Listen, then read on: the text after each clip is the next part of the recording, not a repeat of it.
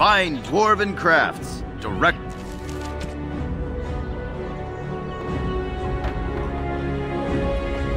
from Orzammar. You won't find...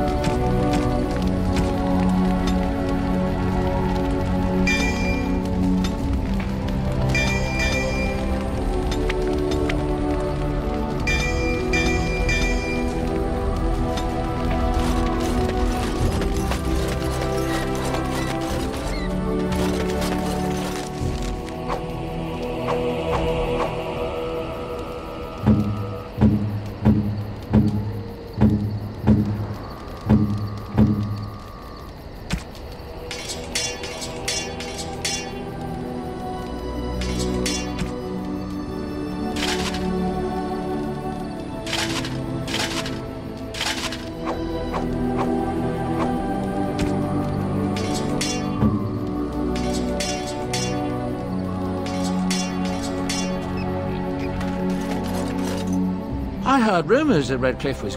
The Earl has kindly offered my son and I lodging. So Queen Nora is to marry another son of Merrick. That's what I've heard on the road. I'm sure you...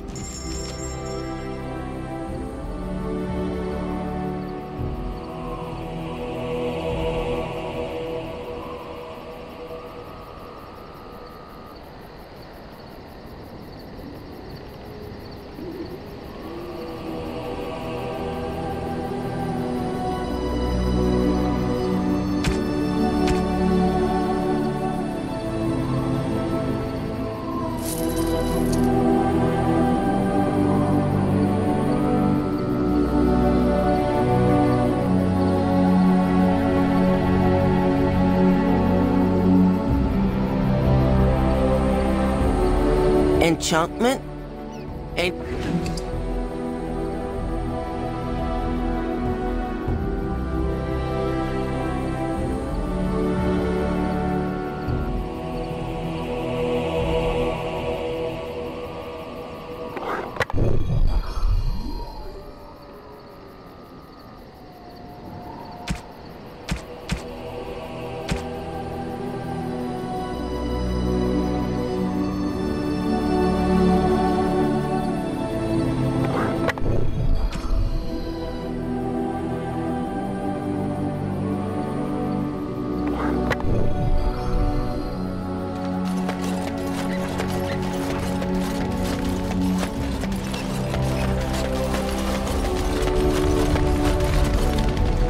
You realize that you've been smiling for hours now? Since the last time you and that girl shot glance? I cannot imagine what you begin to see in her. I hope at least the dalliance is worthwhile. Why, yes, that must be it. Green with envy, am I? 'Tis a bit sickening to watch you two, but I... What comes, my friend? So, full of questions, are you?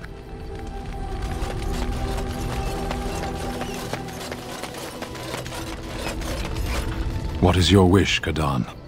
I am hardly surprised. Very well. As you...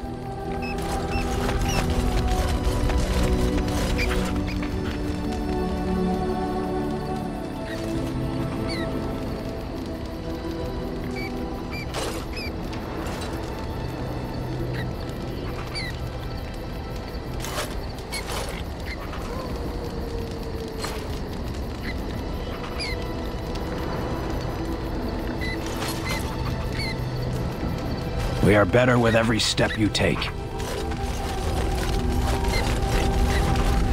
Do you remember our discussion? I just wanted to tell you that I thought about what you told me, and you were right. Despite what Marjolaine says, I am not like her. I know that now.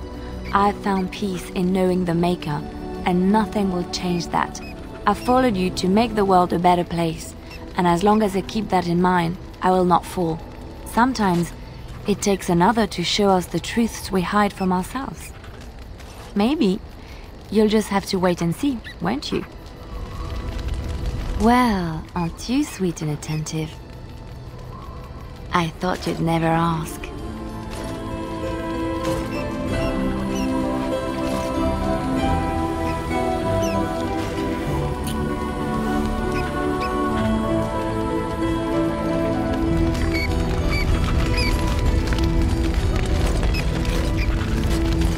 I did not thank you.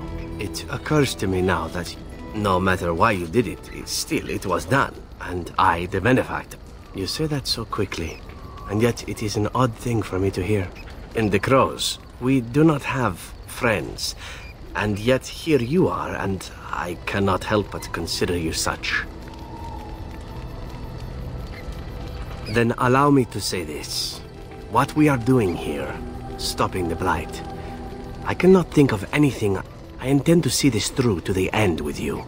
After all, someone must take responsibility for preventing your untimely death. A suitable task for a friend, yes. Oh, I'm not going to die. It's always the Grey Wardens that die. Did you not read the stories as a child? The hero always dies. Unless the hero has a trusty sidekick. I knew there was a catch.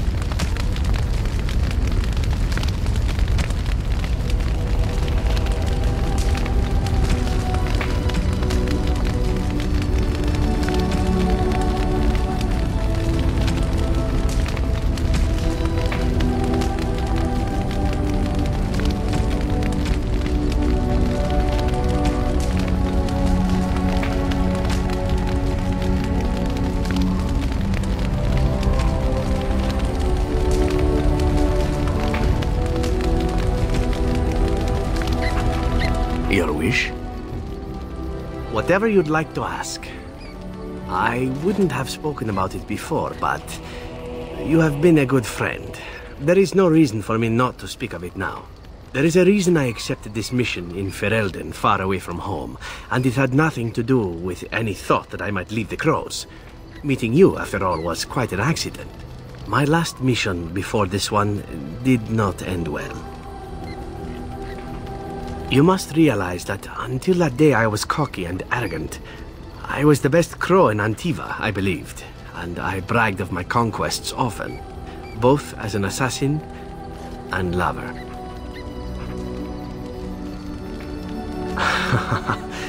Indeed, I was often told I was insufferable, right before I ended up in bed with someone. Such is how it was. One of the crow masters grew tired of my boasting. My bid for an incredibly difficult mark was accepted, much to my surprise. A wealthy merchant with many guards and completely silent. Taliesin agreed to be part of my team, as well as an elven lass named Rina. She was a marvel. Tough, smooth, wicked. Eyes that gleamed like justice. Everything I thought I desired. Rina was special. I had closed off my heart, I thought. But she touched something within me. It frightened me. When Taliesin revealed to me that Rina had accepted a bribe from the merchant, told him of our plan, I readily agreed that she needed to pay the price and allowed Taliesin to kill her. Rina begged me not to. On her knees, with tears in her eyes, she told me that she loved me and had not betrayed us. I laughed in her face and said that even if it were true, I didn't care. Taliesin cut her throat, and I watched her bleed as she stared up at me. I spat on her for betraying the crows. When Taliesin and I finally assassinated the merchant, we found the true source of his information. Rina had not betrayed us, after all. Yes, death happens. I wanted to tell the crows what we had done, our mistake. Taliesin convinced me not to. He said it would be a foolish waste. So we reported that Rina had died in the attempt. We needn't have bothered. The crows knew what we had done. The master who disliked me told me so to my face. He said the crows knew, and they did. I felt empty. You once asked why I wanted to leave the crows. And then this happened, and here I am. It feels good to speak of it to someone. Whatever it is I sought by leaving Antiva, I think I have found it. Let us return to your mission, shall we? Your wish?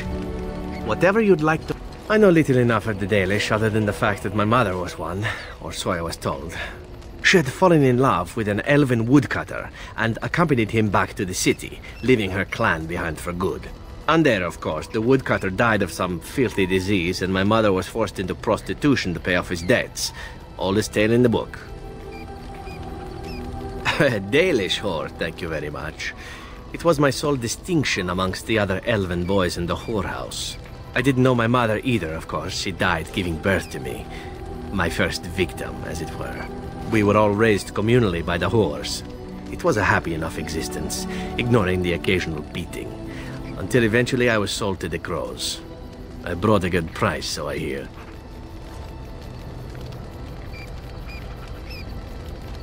My original point is that my mother's daily... Through all the years, I had to keep them hidden, of course, as we were not allowed such things. Eventually, they were discovered, and I never saw them again. I don't feel anything about them. Oh, we heard about them in the... Naturally, the reality did not... But such is life. Your wish? Whatever you'd like... I passed your test. Fate has a twisted sense of humor, it seems. I suppose you think I'm some sort of monster. More so since I survived your ritual. You keep striking at me, and I just refuse to die decently. You're a poor liar, you know. It's kind of you to say so all the same. We must settle things between us somehow or other, or neither of us will get any work done. Or what? You'll kill me? The joining was my death sentence anyway. It's hardly my fault that it failed to produce the desired result, Warden. Nothing I can say will prove that. Either I will be worthy of trust, or I won't. I think it's time we got to the point. I can't imagine that you spared my life in the Landsmeet by accident. You have some plan in mind. Fortunate for me, then, that I've always been a man to take chances. I'm hardly blind to the irony of this situation. All of this can rightly be called my fault.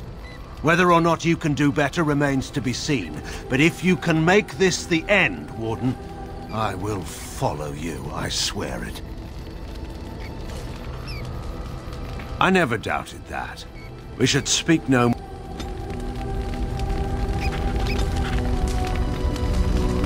Did you want something?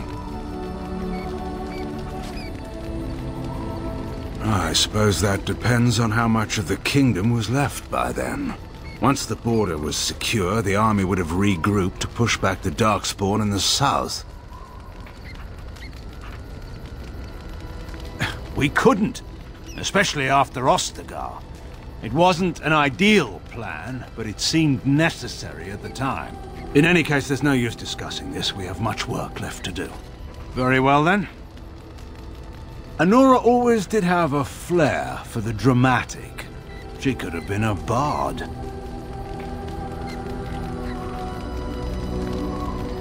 Anora is a politician at heart. heart. There's one thing she knows. It's how to move people. Well, I'm sure having you come to her rescue gave Honora no small amount of pleasure. But enough about Honora. We ought... Very well, then. So far as anyone could tell, she was the undisputed monarch of the whole world. She'd fall, skin her knees, and command them to stop stinging. It may have worked, too. I suppose she was. It's the peculiar joy of parents to be terrorized by their children, however. If you're expecting some particular insight into my daughter's character, I'm afraid I'm probably not the best source. I think you already know the answer to that. But this is not really the time or place to discuss my daughter. Very well, then. Hate doesn't describe it. I've seen painted, masked lords beat an old farmer to death with riding crops. To this day, I don't know why. Is that hate? I saw good, sensible men fight armored chevaliers with nothing. No weapons, no armies, not even hope of success to see the occupation end. Is that hate? The past is always with us. It's in our bones and our blood, and we wear it on our skin. You can think otherwise, but you'll never get far without it. Should I? How do you give up what's grown into you? In any case, there's no use discussing this. We have much work left to do. Of course. Did you want something? He was my friend. If he'd wanted to conquer the Fade, I would have led the charge. He nearly did. Merrick was never one to avoid his duty. Given his preference, he would have acknowledged his son no matter the circumstance. But he had more than his honor to think of. It would have ruined Rowan, after all. She'd be reduced to a concubine in the eyes of our neighbors, and put Kaelin's status as heir in question. So Merrick made the hard choice. Eamon offered to raise the boy, and that was that.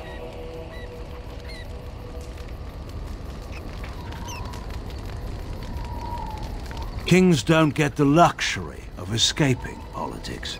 But we've been idle long enough. We should get moving.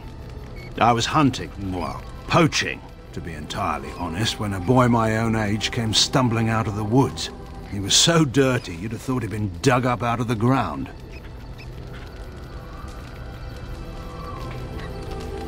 He was bloody, exhausted, and obviously being hunted.